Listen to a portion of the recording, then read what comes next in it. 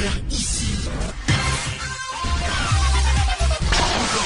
Que vous avez découvert Ivoire TV. Ivoire TV.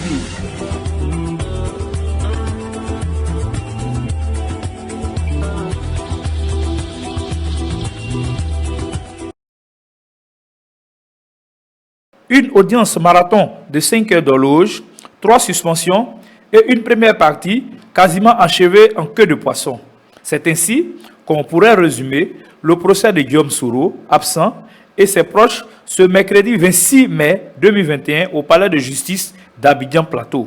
Le tout dans une ambiance lourde rajoutée par le dispositif policier mis en place. Pour revenir à ce procès, il faut noter qu'une bonne partie de la défense est sortie de la salle d'audience en raison d'une objection qu'elle a soulevée et rejetée par la Cour.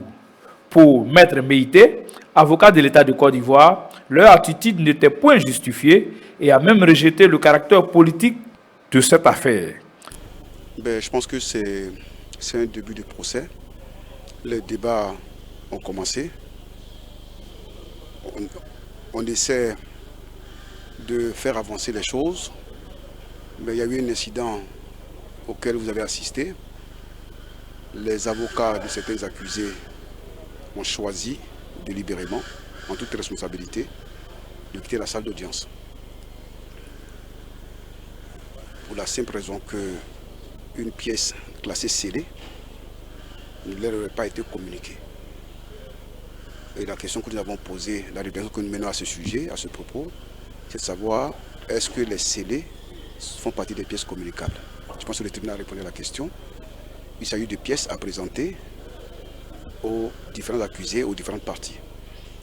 Pour notre part, et comme l'avait indiqué, nous sommes avocats de l'État de Côte d'Ivoire. Il faut savoir ce que c'est que l'État. L'État, c'est une personne morale et qui est distincte de ses animateurs. Nous voudrions ce qui est bien pour l'État de Côte d'Ivoire. Nous participons au procès justement pour savoir ce qui s'est passé et pour comprendre ce qui s'est passé. Pour notre part, le procès se déroule bien. Nous avons posé des questions à la première personne qui a été entendue et nous comptons poursuivre avec les interrogations dans le fond du débat. Beaucoup disent que ce procès à caractère politique, c'est purement des affabulations qu'on fait pour accuser le camp Soro. Mais vous savez que ça a été toujours comme ça. Tous les procès qui impliquent un homme politique sont systématiquement taxés de procès politiques. Par contre, un garçon qui a volé 5 bananes à Bobo, quand on le traduit devant un tribunal, quand on le condamne, non, on ne parle pas de politique. Mais un procès peut être qualifié de politique si l'expression politique définit la qualité de la personne qui est impliquée. Donc ce n'est pas un complexe, un procès politique, parce qu'effectivement il y a une personnalité politique, là je suis d'accord. Parce que toutes les personnes qui sont interpellées, parmi les personnes qui sont interpellées figurent des leaders politiques. C'est pas de ce appel, on parle du caractère du fait qu'on veut éliminer. Je vais en arriver justement. Vous savez qu'une question ne se résume pas oui ou pas. Non, nous sommes des intellectuels. Je répète pour dire que si le caractère politique du procès doit être considéré en relation avec les personnes qui sont impliquées et leur qualité, je n'ai pas de complexe. Ça peut être assez pour les politiques. Mais si c'est une perception nature à discréditer le procès, en faisant valoir des arguments qu'on entend comme sur les réseaux sociaux, je dis mais écoute, on n'a rien compris. Les armes là n'ont pas été fabriquées, l'audio, vous l'avez écouté, n'a pas été fabriqué, et le contenu, vous le savez, il y a eu des scellés, et je pense que le procès va répondre, les éléments du procès vont répondre aux allégations qui sont tenues ça et là. Pour notre part, nous en tenons uniquement aux éléments discutés au procès, aux arguments développés au procès, et nous tenons à prendre notre place conformément à la mission qui nous a été assignée en qualité d'avocat de l'État de Côte d'Ivoire. La partie adverse voit la chose autrement, allant jusqu'à mettre en cause la Constitution. En tout cas, c'est ce qu'affirme Maître Touré Kadidja, même si elle place sa confiance en l'esprit de la justice pour une issue heureuse du procès pour ses clients. Bon, disons qu'il ne s'agit pas d'une première partie en fait, parce que ce n'est pas un procès en plusieurs parties. Hein, c'est un procès tout simplement. Donc nous avons tenu à soulever une exception d'inconstitutionnalité de la loi dite de révision de la Constitution du 8 novembre 2016. Et nous avons vu que cette exception-là a un lien avec le procès, puisqu'il s'agit de poursuivre des personnes accusées de complot contre la sûreté de l'État. Et quand on parle d'État, il faut savoir de quel État il s'agit. Il faut aller dans la définition même de l'État. L'État n'est défini que par rapport à la Constitution. Et si la Constitution pose problème, il est tout à fait évident que la qualification juridique légale de l'infraction poursuivie pose problème. Parce que l'État, à partir du moment où la Constitution est affectée, cela veut dire que l'État même est affecté, l'État n'existe pas. Nous estimons que la Constitution dite de révision de la Constitution est un faux manifeste. C'est un faux parce qu'on ne peut pas croire qu'une loi ait été promulguée le 19 mars et que cette loi promulguée le 19 mars est déclarée conforme à la Constitution par une décision du Conseil constitutionnel du 19 mars et la décision du Conseil constitutionnel et cette loi dite promulguée sont publiées dans un journal officiel du 19 mars qui a été imprimé le 18 mars. Donc il y a un mystère, il y a un problème dans l'entremêlage des dates. Et puis les datations de ces actes-là nous font dire que ces trois actes sont des faux manifestes. Alors s'il y a du faux et que la loi est environnée de faux, il va sans dire que cette loi est inexistante. À partir du moment où il y a du faux dans l'acte, il n'y a pas de constitution. Et si il est admis que cette constitution n'existe pas en raison du faux qui l'affecte, il va sans dire que tout ce qui s'ensuit est corrompu. C'est-à-dire toutes les lois, les décrets, tout ce qui a été pris postérieurement au 19 mars pose problème. Même la constitution même du tribunal qui va statuer pose problème. Et donc je suis allé plus loin pour dénoncer l'atteinte à l'indépendance de la magistrature. Parce qu'il y a eu une tentative d'affaiblissement du pouvoir judiciaire dans la première constitution, qui est la constitution du 8 novembre 2016. Mais on est allé radicalement finir avec la magistrature. C'est-à-dire le pouvoir exécutif a été décapité. C'est-à-dire la Cour suprême a été supprimée. Et on a mis un tricéphalisme au niveau du pouvoir judiciaire pour dire que trois institutions sont représentatives du pouvoir judiciaire. Le Conseil d'État, la Cour de cassation, la Chambre des comptes. Alors, donc, comment un pouvoir indépendant peut être représenté par trois têtes? Ça veut dire qu'il n'y a plus de garde-fou, il n'y a plus de protection aux magistrats. Et la Constitution touche à la composition du Conseil supérieur de la magistrature. Donc ce ne sont plus les magistrats de la Cour suprême qui vont siéger au Conseil supérieur de la magistrature. Ce sont des personnes que le président de la République va désigner librement selon lui, ses desiderata, ses besoins et ses intérêts. À partir de ce moment, le magistrat n'est plus protégé. Donc on ne peut plus s'étonner que le magistrat soit ce qu'il est aujourd'hui. Et c'est ce que j'ai plaidé.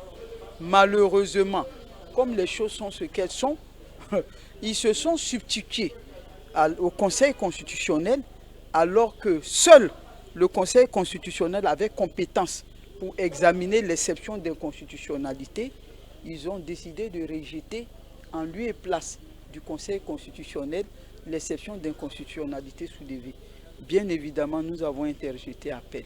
Et là, avec ces irrégularités que vous venez de soulever, est-ce que vous avez confiance en la suite de la justice qui pourrait être dite avec tout ce que vous avez? J'ai confiance, pourquoi? Parce que moi, je me situe dans deux dimensions. je me situe dans la dimension de la matière et dans la dimension de l'esprit. Parce que dans la matière, tout est possible. Mais c'est l'esprit qui domine la matière. C'est-à-dire, nous sommes devant un tribunal de juges fragilisés. Et nous avons fait appel et nous allons nous retrouver devant la chambre criminelle de la cour d'appel. Et à ce niveau, il y a des magistrats beaucoup plus mûrs. Et je pense qu'avec l'aide de l'esprit qui va agir sur la matière, nous avons des chances.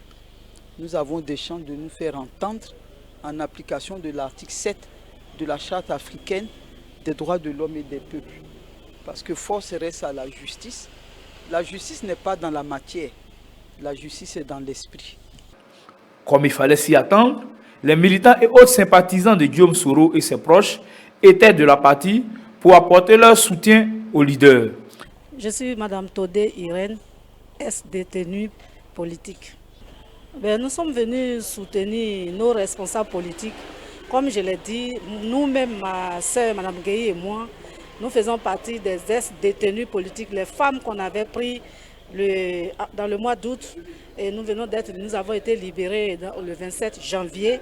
Donc aujourd'hui, nous sommes là pour soutenir nos responsables, Soul to Soul, et surtout les frères de notre mentor, Soro Simon et Soro Rigobert, qui ne sont pas du tout de la politique, mais qui ont été arrêtés, on ne sait pour quelle raison. On ne sait pour quelle raison vous avez dit, mais quel est votre avis sur ce procès? Pour vous dire que c'est un procès politique, vous êtes d'avis avec ces personnes-là? Bon, pour les politiciens, oui, mais pour ces frères qui ne sont pas dans la politique, je dis que c'est un abus de pouvoir. Ils sont victimes parce qu'ils sont frères de celui-là même qui est traqué par le pouvoir. Donc ils ont été arrêtés à cause de leur lien parental entre eux et le président Soro. Donc vous avez dit, mais vous n'avez pas pu entrer dans la salle. Qu'est-ce qui s'est passé? Nous étions à l'heure, mais on ne sait pas pour quelle raison. Ils ont fait rentrer quelques personnes et après ils ont dit que c'est fini, qu'on ne prend plus personne. Donc nous sommes restés depuis 13 heures, nous sommes là. Nous voulons aller jusqu'au bout. Parce que nous trouvons anormal que des pères de famille, on ne sait pour quelle cause, ça fait plus d'1 an, depuis le 23 décembre 2019 jusqu'à ce jour, ils sont en prison. On ne sait pas pour quelle raison. C'est des histoires à dormir debout, des histoires qui ont été inventées, des coups d'État qui n'ont pas de tête, qui n'ont pas de queue, parce qu'il n'y a pas de preuves concrètes qui prouvent que ces personnes-là ont tenté de faire un coup d'État. Et vraiment, ça nous fait mal même de ce que ce pouvoir-là se comporte de la sorte. Nous sommes désolés et là, nous sommes obligés de venir leur témoigner notre amitié, notre compassion. Et nous sommes là jusqu'à la fin, même si ce procès doit durer jusqu'à 1 h du matin, nous allons rester là, les voir sortir, les saluer, vraiment leur apporter notre encouragement avant de rentrer. Vous avez dit les voir sortir, donc vous êtes convaincu qu'aujourd'hui le verdict va tomber, ils seront libres alors? Notre souhait est que le verdict tombe, c'est notre souhait, mais tout dépend de là-haut. Vous savez que les juges n'ont pas le dernier mot. Hein. C'est vrai qu'ils sont là, mais c'est les marionnettes. Ils ne font qu'écouter ce qui vient de là-haut. Donc tout dépend du président de la République. S'il veut les libérer, il les libérera. Parce que nous ne voyons pas pourquoi jusqu'à l'heure là, ils sont en prison. Ils ont été arrêtés le même jour pour les mêmes causes avec les Kanidji, le président de Rassi. Et ce dernier, avec ceux avec qui ce dernier a été acquitté. Donc je pense que les Soul to Soul aussi doivent être acquittés parce que c'est au même endroit qu'on les a arrêtés et c'est le même jour et c'est pour les mêmes causes. Donc s'il y a une partie des prisonniers qui ont été acquittés, je pense que Soul to Soul et tous les autres doivent être acquittés parce que c'est le même problème. Madame, vous pouvez vous présenter? Oui, moi je suis Madame Mariette Gueye. Je suis du GPS, ex-détenue aussi, lors de la marche du 13 août 2020. Vous êtes là pour apporter votre soutien comme l'autre aux détenus? Comme Mme Todé l'a dit, nous sommes là pour soutenir nos frères, pour leur apporter notre encouragement et puis leur dire que nous sommes de cœur avec eux parce qu'on a passé quand même mine de rien 6 mois en prison aussi, on sait ce que c'est. Et pour des pères de famille qui ont laissé leurs épouses, leurs enfants et tout ça qui goupillent encore en prison plus d'1 an. La prison n'a pas été facile, surtout pour la femme que vous êtes. Non, pas du tout. La prison n'a pas été facile. Surtout les prisonniers politiques, c'est hors pair. C'est pas facile. Vous espérez quoi comme verdict? Aujourd'hui, j'espère leur libération, comme tous les autres d'ailleurs qui ont été libérés, qui ont été pris au même instant, au même jour qu'eux. On espère qu'aujourd'hui, vraiment, que tout prenne fin pour que nous puissions passer ensemble à la réconciliation et à la cohésion sociale pour la reconstruction de notre pays. Le procès, lui, a été reporté à ce jeudi 27 mai 2021. Pour rappel, Guillaume Soro et plusieurs de ses proches sont poursuivis pour tentative de coup d'État et atteinte à la sûreté de l'État.